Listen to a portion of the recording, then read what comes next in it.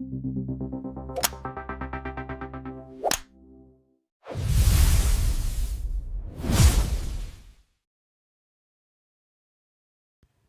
भाई लोग, आज हम बात करने वाले हैं लुक किस्म के चैप्टर नंबर 224 के बारे में। और पिछले एपिसोड में हमने देखा था जो जेम्स गॉन्ग पागल होता है उसने हॉस्टल गैंग के एक बंदे को फाइट में हरा दिया होता है। हालांकि वो बंदा जेम्स गॉन्ग से ज्यादा ताकतवर होता है, लेकिन जेम्स गॉन्ग बहुत बड़ा हरामी है। इसलिए जैसे जैसे जेम्स गॉन्ग उसको हरा देता है और जो बिग डैडी होता है वो जेम्स गॉन्ग को देख के बहुत ज्यादा खुश हो जाता है। बिग डैडी कहता है, ये लापरवाह अंदाज, ये पागलों जैसी ताकत और तेरे कपड़े पहनने का स्टाइल भी कमाल का है। तू बिल्कुल किसी जंगली जानवर की तरह है, जैसे कि जंगली भेड़िया। जेम्स गॉन्ग, मुझे तू बहुत ज्यादा पसंद आया। तेरा स्वागत है हॉस्टल गैंग में। जेम्स गॉन्ग एक सिगरेट जलाते हुए कहता है, अबे आखिर तो क्या बात कर रहा है? जो गुड्डे की मशीन में यहाँ पे लाया हूँ, चुपचाप से उसको खरीद और मैं यहाँ से निकलूं। बिग डैडी कहता है, ठीक है जेम्स गॉन्ग, तुम्हारा जो मन करे तुम वैसा करो। तुम वहाँ पे उस पेटी में मोबाइल देख रहे हो बहुत सारे, उनमें से एक मोबाइल तुम ले सकते हो, क्योंकि अब से हम दोनों को एक दूसरे के टच में रहना पड़ेगा, इसलिए तुम्हें मोबाइल की जरूरत पड़ेगी। जेम्स कहता है, क्या सच में मैं ये मोबाइल ले सकता हूँ? तुम्हारा बहुत बहुत शुक्रिया। बिग डैडी कहता है, अरे शुक्रिया की कोई जरूरत नहीं है जेम्स, अब तुम और मैं एक फैमिली है। जेम्स कहता है, क्या तुम और मैं एक फैमिली? लेकिन क्यों? बिग डैडी कहता है, तुम्हारा क्यों से क्या मतलब है? तुमने इंटरव्यू को पास करा है और अब तुम भी एक हॉस्टल गैंग के मेंबर हो। लेकिन जो जेम्स गॉन्ग होता है अपनी चोरी की कार में बैठ के यहाँ से निकल लेता है और जाते जाते बिग डैडी को कहता है, लेकिन मैं तुम्हारी फैमिली नहीं बनना चाहता। तुम्हारा हेयर स्टाइल बिल्कुल मेरे पीछे के बाल की तरह है और वैसे भी मैं पहले ही मॉली की फैमिली का हिस्सा हूँ। लेकिन जो जेम्स गॉन्ग होता है मॉली को यहाँ पे अकेला छोड़ के चला जाता है। मॉली अपने मन में बोल रहा होता है, अबे साले मुझे भी अपने साथ लेके चल, तूने कहा कि तू मेरी फैमिली का हिस्सा है। और बिग डैडी जेम्स को कहता है, अगर तू मेरी फैमिली का अंकल नहीं बनना चाहता तो मेरा बेटा बन जा। घर पहुंच के मुझे याद से कॉल कर देना और गाड़ी आराम से चलाना। और हाँ, ये मत भूलना जो ब्रेक है वो सीधी तरफ होते हैं। लेकिन तभी जो यहाँ पे एक अंकल होता है वो कहता है, हे बिग डैडी, वो हरामखोर हमारे सारे के सारे मोबाइल लेके चला गया। शायद उसको सारे के सारे मोबाइल ले जाते हुए थोड़ा सा बुरा लग रहा था, इसलिए उसने यहाँ पे एक खिलौना छोड़ दिया है। इसकी क्रिएटिविटी के लिए मैं इसको 10 पॉइंट देता हूँ। आपने उसको कहा था कि वो एक मोबाइल ले जा सकता है, लेकिन वो सारे के सारे मोबाइल भी ले गया और जो यहाँ पे वो खिलौने लेके आया था वो भी सारे के सारे ले गया। वो सब कुछ यहाँ से लेके चला गया है। बिग डैडी गुस्से में कहता है, मैं इसको अपने बेटे की तरह ट्रीट कर रहा हूँ और ये मेरे सर पे चढ़ा जा रहा है। बिग डैडी मॉली की चेस्ट में एक लात मारता है और कहता है, मुझे लगता है मुझे जेम्स पसंद आने लगा है। मुझे जेम्स से प्यार हो गया है, मैं उसको वापस लेके आऊंगा। और बिग डैडी एक मुन्ना भाई वाले स्कूटर में बैठता है साइड में मॉली को बैठा के, और मॉली बिग डैडी को रास्ता बता रहा होता है वहाँ का जहाँ पे अभी जेम्स गॉन्ग होता है। बिग डैडी के साथ के बंदे कहते हैं, बिग डैडी अभी आप कहाँ जा रहे हो? बिग डैडी कहता है, मुझे जेम्स की बहुत ज्यादा याद आ रही है और कोई चीज अगर मुझे पसंद आती है तो मैं उसको हासिल करके रहता हूँ। और बिग डैडी मॉली के साथ यहाँ से निकल लेता है जेम्स को ढूंढने के लिए। और इनकी गैंग का जो एक अंकल होता है वो सिगरेट पीते हुए बोलता है, ये फिर से शुरू हो गए, ये जल्द ही उस बंदे से बोर हो जाएंगे। हे चक, उठ भी जाओ, मुझे पता है तुम होश में हो, अब और नाटक मत करो। इसके बाद चक उठता है और कहता है, शिट, मैंने उसको हल्के में ले लिया, मैं अपनी वजह से उससे हारा हूँ। तुम्हें कोई अंदाजा भी है उस जैसे बेवकूफ से मार खा के कैसा लगता है? उस जैसा बेवकूफ जब तुम्हें एक गुड़िया से मारता है और तुम्हारे चेहरे में वो ड्राइंग बना देता है। मेरी नाक में दर्द हो रहा है। इसके बाद दूसरा बंदा कहता है, अबे चुप हो जा और ये बता कि तेरे हिसाब से वो पास है या फेल है? चक कहता है, भले ही वो बंदा फाइट करने में ज्यादा अच्छा नहीं है, लेकिन हथियारों को इस्तेमाल करने के लिए वो एक नया इंसान नहीं है। उसने पहले भी काफी सारे हथियार यूज करे होंगे। इस टेस्ट में वो फुल मार्क्स से पास हुआ है। और जो जेम्स होता है कार में बैठ के यहाँ से जा रहा होता है और एक गाना गा रहा होता है, मुझे 100 फोन मिल गए, अब मैं इन सारे फोन्स को बेच दूंगा। लेकिन तभी जो हॉस्टल गैंग का अंकल होता है उसको दिखता है कि उसके मोबाइल में एक ग्रुप चैट में एक मैसेज आ रखा है और जो टकला होता है उसने इस ग्रुप में लिखा होता है FR। और जो हॉस्टल गैंग का अंकल होता है FR देख के थोड़ा सा हैरान हो जाता है। और जिस टकले से डैनियल ने ये मैसेज टाइप करवाया होता है, डैनियल के यहाँ से जाने के बाद टकला अपने साथ वाले बंदों को कहता है, तुम लोगों को बिल्कुल भी चिंता करने की कोई जरूरत नहीं है, सब कुछ भूल जाओ। उस हरामी के सामने मैंने क्या कहा था और ये भी भूल जाओ मैंने उस हरामखोर से मार खाई थी। और डैनियल के यहाँ से जाने के बाद भी जितने भी ये बंदे होते हैं अभी भी अपने घुटनों के बल बैठे हुए होते हैं। टकला अपने मन में कह रहा होता है, डैनियल साले तुझे क्या लगता है मैं इतनी आराम से तुझे सब कुछ बता दूंगा? और दूसरा बंदा कहता है, हे हमें इस तरह से कितनी और देर तक बैठना पड़ेगा? और दूसरा बंदा कहता है, मेरी टांग सुन हो गई है, मुझे अपनी टांगे महसूस नहीं हो रही हैं। और जो चश्मे वाला अंकल होता है वो कहता है, हे दोस्तों, क्या मैं यहाँ से जा सकता हूँ? मेरी बीवी जल्दी एक बच्चे को जन्म देने वाली है। और टकला भी अपने मन में सोच रहा होता है, अब तक तो वो डैनियल हरामी वहाँ पे पहुँच ही गया होगा। और टकले के साथ का बंदा कहता है, हे बॉस, आखिर हम उन लड़कियों का क्या करें? क्या हम उनको जाने दें? इसके बाद टकला कहता है, हाँ उनको जाने दो, मुझे वो कुतियाएं बहुत ज्यादा पसंद थी, लेकिन छोड़ो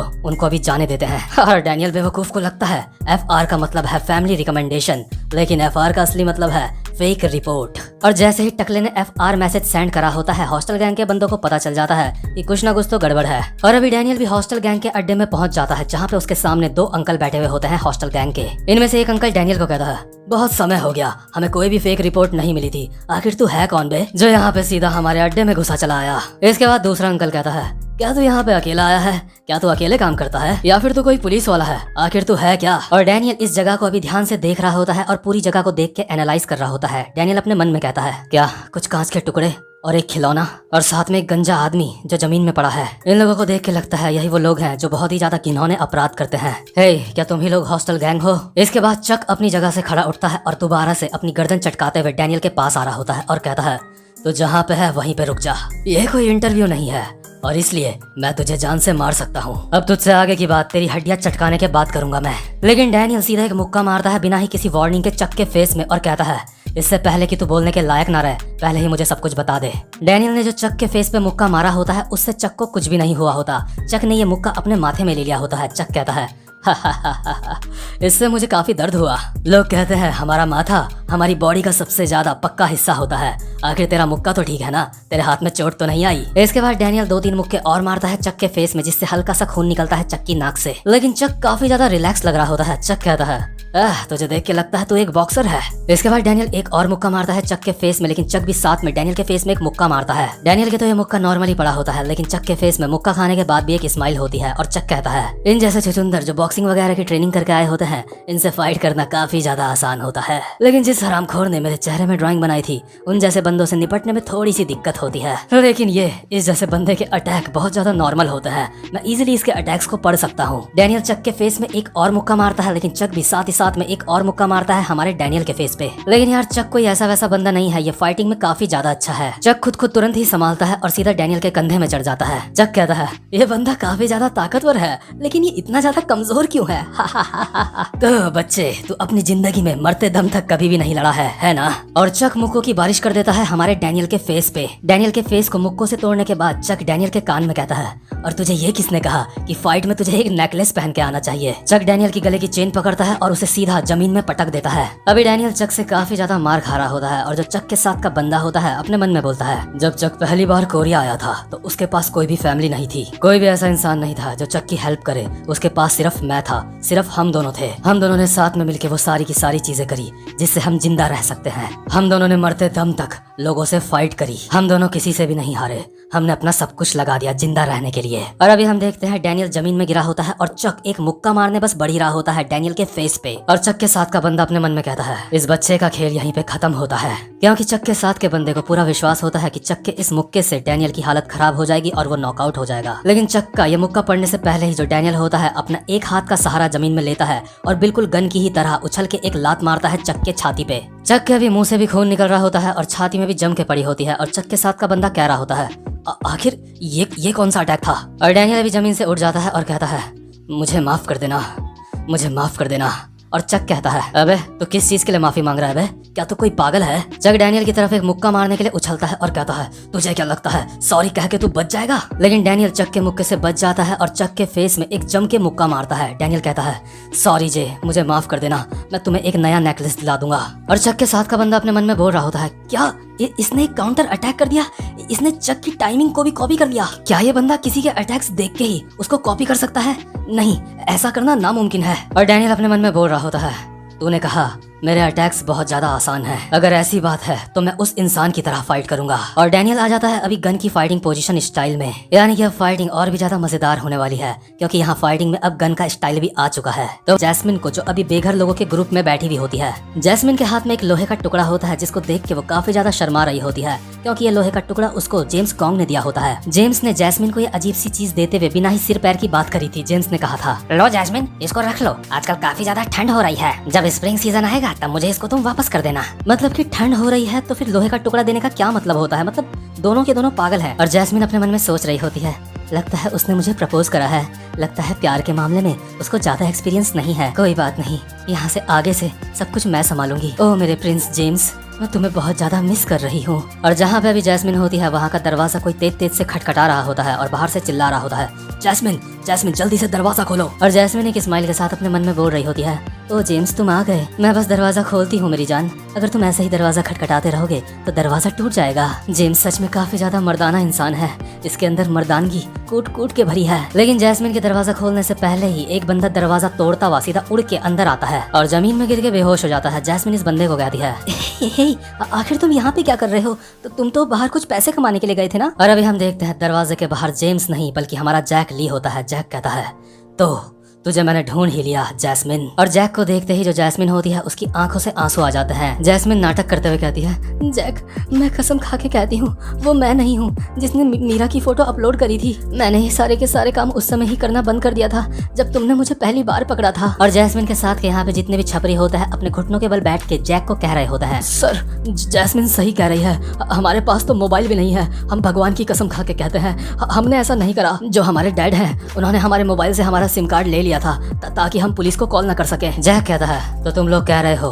कि तुमने मीरा की फोटो अपलोड नहीं करी और तुम्हारे पास कोई भी मोबाइल नहीं है? अच्छा तो ऐसी बात है, लेकिन मुझे नहीं पता था कि तुम लोगों के पास मोबाइल नहीं है। जैस्मिन कहती है, हाँ जैक इसमें मेरा कोई भी हाथ नहीं है, मैंने कुछ भी नहीं करा। जैक कहता है, तो सीधा सीधा ये क्यों नहीं कहती कि तेरी अभी फटके 4 हो रही है, क्योंकि तू 1 नंबर की झूठी है। मुझे लगता है तुझे इंसानों से बिल्कुल भी डर नहीं लगता, लेकिन खूंखार भेड़ियों से तुझे डर लगता है। अगर तू नहीं चाहती कि मुझ जैसा इंसान तेरी जिंदगी की वाट लगा दे तो मीरा को अकेला छोड़ दे। और जैस्मिन अपने मन में बोल रही होती है, मुझे डर लग रहा है। जेम्स तुम कहाँ हो? मुझे बचाओ जेम्स। लेकिन तभी जो जेम्स पागल होता है गाना गाते गाते यहाँ घर के अंदर एंटर होता है। जेम्स गाना गा रहा होता है, उसका सब पता है तुम अच्छे हो या बुरे, इसलिए हमेशा अच्छे ही रहना। जेम्स यहाँ पे एंटर होते हुए दरवाजे को देखते हुए कहता है, अरे ये दरवाजा टूटा हुआ क्यों है? जैस्मिन अपने मन में कहती है, मेरा प्रिंस फाइनली यहाँ पे आ गया। और जेम्स के कंधे में एक बहुत बड़ा झोला होता है और जेम्स कहता है, सैंटा यहाँ पे आ गए हैं, सैंटा के पास तुम्हारे लिए बहुत सारे गिफ्ट्स भी हैं। लेकिन तभी जेम्स की नजर पड़ती है हमारे जैकली के ऊपर। जेम्स जैक के पास आके कहता है, अरे तो तुम तो वही हो ना जो जीहो के दोस्त हो। और जैस्मिन अपने मन में बोल रही होती है, हाँ जेम्स ये हमारा दुश्मन है, इसने मुझे हर्ट करने की कोशिश करी है। जेम्स तुम्हें मेरे लिए इस इंसान को सबक सिखाना पड़ेगा। जेम्स कहता है, वाह तुम्हें यहाँ पे देख के मैं बहुत ज्यादा हैरान हूँ, क्या तुम भी अपने घर से भाग गए? मुझे ऐसा लग रहा है जैसे कोई मूवी चल रही है। अरे तुम्हारे जूतों की लेस खुली हुई है। लेकिन जैसे ही जेम्स ये कहता है हमारा जैकली जेम्स के फेस पे एक मुक्का मारता है। मुक्का तो जेम्स के जबरदस्त पड़ता ही है और साथ ही में जो जेम्स के पास जो झोला होता है उससे सारे के सारे मोबाइल जमीन में गिर जाते हैं। जैक कहता है, मुझे भी लगता है जैसे ये कोई मूवी चल रही है, क्योंकि तुझ जैसे हरामखोर की यहाँ पे बहुत ज्यादा बेकार एंडिंग होने वाली है। जेम्स अभी अपने सर के बल जमीन में पड़ा हुआ होता है और जैस्मिन जेम्स के पास आती है और कहती है, हे जेम्स क्या तुम ठीक हो? और भाई लोग जिसको नहीं पता उसको बता दो, हमारे जैकली और जेम्स की फाइट पहले भी हुई है एक बार, और इसलिए जैक को पहले ही पता है कि जेम्स कैसी बेकार ट्रिक्स यूज करता है फाइट करने के लिए। तो खैर अभी जेम्स के हाथ से जैसे ही सारे के सारे मोबाइल जमीन में गिर जाते हैं, उनमें से एक मोबाइल जैस्मिन का भी होता है, यानी कि ये मोबाइल कभी जैस्मिन का चोरी हुआ होगा। और चोरी का सारा सामान हमेशा हॉस्टल गैंग के पास ही मिलता है। जैस्मिन अपने मोबाइल को जमीन में पड़ा देख अपने मन में सोचती है, ये तो मेरा मोबाइल फोन है, आखिर ये जेम्स के पास कैसे आया? इसके बाद जैक कहता है, तो तू मुझसे झूठ कह रही थी, आखिरकार तेरे पास एक मोबाइल है। तो खैर इसके बाद सीन शिफ्ट होता है और हम वापस आते हैं डैनियल की फाइटिंग सीन में। अभी कुछ देर पहले जो हमारे डैनियल ने चक के फेस पे मुक्का मारा होता है उसको याद करते हुए चक अपने मन में सोच रहा होता है, लगता है इसकी किस्मत अच्छी थी जो ये मुझे मारने में कामयाब रहा, लेकिन कोई भी इंसान किसी की टाइमिंग को कभी भी कॉपी नहीं कर सकता, और स्पेशली इस जैसा छपरी मेरी टाइमिंग को क्या ही कॉपी करेगा जिसने पहले कभी फाइट ही नहीं करी है। इसके बाद डैनियल भागता हुआ इसके पास आता है और एक लात मारता है चक के, और चक अपने मन में सोच रहा होता है, एक लात, ये बहुत ही सिंपल अटैक है। और चक अपने हाथ से इस लात को ब्लॉक करने की कोशिश करता है, लेकिन एंड मोमेंट में जो डैनियल होता है इस लात की डायरेक्शन को चेंज कर देता है, बिल्कुल उसी तरह जैसे गन ने हमारे डैनियल को एक बार लात मारी होती है, जो कि थी ब्राजीलियन किक। और यही ब्राजीलियन किक पड़ती है अभी चक के फेस पे। चक अपने मन में सोच रहा होता है, आधे से भी कम सेकंड के अंदर इसने अपनी लात की डायरेक्शन बदल दी। क्या यह अटैक भी इसने मुझे गलती से मार दिया? लेकिन ये जो टेक्निक है ये तो सिर्फ क्योकुशिन कराटे टेक्निक के अंदर आती है। पहले ये हरामी बॉक्सिंग कर रहा था और अब कराटे। इसके बाद डैनियल इस बंदे के एक मुक्का मारता है और जैसे ही डैनियल का मुक्का इसके पास आ रहा होता है, चक अपने मन में सोच रहा होता है, क्या एक मुक्का, ये भी जरूर क्योकुशिन कराटे की एक टेक्निक होगी। मैं अपने माथे को बीच में लाके इस मुक्के से बच जाऊंगा। और जैसे ही चक अपना माथा बीच में लाता है तो डैनियल का मुक्का माथे से 1 सेकंड पहले ही रुक जाता है और नीचे से डैनियल का मुक्का दोबारा से शुरू हो जाता है और चक के पड़ता है सीधा ठुड्डी में एक मुक्का। और यार ये वाला मुक्का तो सच में काफी ज्यादा खतरनाक होता है। चक अपने मन में सोच रहा होता है, तू साले हरामखोर, अब तेरी ये ट्रिक्स मेरे साथ काम नहीं आने वाली, मैं तुझे जान से मार डालूंगा। लेकिन तभी डैनियल एक और मुक्का मारता है चक के फेस पे। चक की फाइनली अभी काफी ज्यादा हालत खराब हो जाती है। डैनियल ने मार मार के इसकी सब्जी बना दी होती है। चक मार खाते खाते अपने मन में सोच रहा होता है कि ये बहुत ज्यादा फास्ट है। अब मुझे समझ आया, ये मेरे अटैक और टाइमिंग को कॉपी नहीं कर रहा था। सच तो ये है, ये इंसान बहुत ज्यादा ताकतवर है, मैं इसको नहीं हरा सकता। तो यार क्योंकि फाइनली हमारे डैनियल की बॉडी अभी थोड़ी वार्म अप हो चुकी होती है, इसलिए उसको फाइट करने में कोई भी दिक्कत नहीं हो रही होती और चक की उसके सामने कोई भी औकात नहीं रह जाती। और यही देख के जो चक के साथ का बंदा होता है वो भी फाइटिंग में कूद जाता है, क्योंकि उसको पता होता है चक इस बंदे का अकेले कुछ भी नहीं उखाड़ सकता। ये बंदा डैनियल की तरफ अपना कोट फेंकता है ताकि डैनियल को कुछ भी दिखाई न दे और डैनियल के फेस पे एक मुक्का मारता है। लेकिन अपने कोट की आड़ पे मुक्का मारने के बावजूद भी डैनियल इसके मुक्के से बच जाता है और इसके मुक्के को पकड़ लेता है। और भाई लोग आपको बता दो, चक और ये बंदा दोनों के दोनों चाइनीज भाषा बोलते हैं। अभी ये बंदा चाइनीज भाषा में बोलता है, मुझे ये किसी ने नहीं बताया था कि यहाँ पे तेरे जैसा भी कोई इंसान है जिससे मुझे कभी फाइट करनी पड़ सकती है। ओए, क्या तू वर्कर गैंग का मेंबर है? अगर तुझे यहाँ पे वर्कर गैंग ने भेजा है तो यहाँ पे कहानी कुछ अलग ही होने वाली है। और जो चक होता है तब तक वो भी लड़खड़ाते हुए खड़ा उठता है और कहता है, भाई ये हरामखोर सच में काफी ज्यादा ताकतवर है। इसके बाद चक के साथ वाला बंदा कहता है, अब मुझे पता है तो कितना ज्यादा ताकतवर है, इसलिए अब से फाइट को मैं भी ज्वाइन कर रहा हूँ। और यार ये जो दोनों के दोनों होते हैं साथ में मिलके बहुत ही ज्यादा बदतमीजी से फाइट करने के लिए ये काफी ज्यादा जाने जाते हैं। मतलब कि इनकी फाइट में कोई भी रूल रेगुलेशन नहीं होता, ये सर वर पता नहीं टांगे वांगे सब तोड़ देते हैं। ये दोनों साथ में मिलके बहुत ही बदतमीजी से फाइट करते हैं। अभी हम देखते हैं चक बिना किसी वार्निंग के डैनियल के पीछे से आता है और डैनियल को अपने कंधे से एक धक्का देता है। इससे पहले कि डैनियल अपनी टांगे चक से छुड़ा पाता, लेकिन तभी दूसरा बंदा आता है और अपनी कोहनी सीधा डैनियल के फेस पे मारता है। लेकिन लास्ट मोमेंट में डैनियल इस बंदे की कोहनी को अपने हाथ से पकड़ लेता है। इसके बाद हमें बहुत समय पहले का सीन दिखाते हैं जब ये दोनों के दोनों नए नए कोरिया में आए ही थे और उस समय इन दोनों की फाइट हुई थी जेक किम से। जेक किम ने अकेले अकेले में चक की अच्छे से धुलाई करी होती है, लेकिन जब ये दोनों साथ में जेक किम से लड़े होते हैं तो इन्होंने जेक को काफी अच्छी टक्कर दी होती है, बट फिर भी ये दोनों जेक का कुछ उखाड़ नहीं पाए होते हैं। जेक इन दोनों को कहता है, ये सच में काफी ज्यादा हैरानी वाली बात है, अकेले जब तुम फाइट करते हो तो तुम कोई इतने ज्यादा स्पेशल इंसान नहीं हो, लेकिन जब तुम दोनों साथ में फाइट करते हो तब तुम दोनों इतने ज्यादा स्ट्रांग होते हो कि मेरे हाथ से बुरी तरह से पिटने से बच जाते हो। बहुत बढ़िया। इसके बाद जो जैरी नाम का बंदा होता है वो जैक का कोट साफ करते हुए कहता है, सर आप यहाँ पे पर्सनली इन दोनों का टेस्ट लेने के लिए आ रखे हैं। मैं सच में ये देख के काफी ज्यादा हैरान हुआ हूँ, क्या इन दोनों को आप हमारी गैंग में ले रहे हैं? इसके बाद जैक कहता है, मैं इन दोनों को हमारी गैंग में शामिल तो करना चाहता हूँ, लेकिन इन दोनों के फाइटिंग करने का स्टाइल मुझे पसंद नहीं आया। ये दोनों बहुत ही ज्यादा गिरे हुए हैं, ये बहुत बदतमीजी से फाइट करते हैं। लगता है जब से ये दोनों कोरिया में आए हैं इन दोनों को काफी कुछ सहना पड़ा है। इन दोनों को थोड़े से पैसे दो और यहाँ से इनको रवाना करो। बिग डील गैंग के लिए ये दोनों सही नहीं है। मुझे यकीन है इनको कोई ना कोई जगह मिल ही जाएगी जहाँ पे लोग इनको अपनी गैंग में ले लेंगे। ऐसा कोई तो लिच्चड़ होगा ही जो इन जैसे घिनौने हरामखोरों को अपनी गैंग में शामिल कर लेगा। और प्रेजेंट मोमेंट में ये दोनों अभी अपने मन में बोल रहे होते हैं, जेक किम ने हमें अपनी गैंग में नहीं लिया, उसके बाद बिग डैडी ने हमें अपनाया।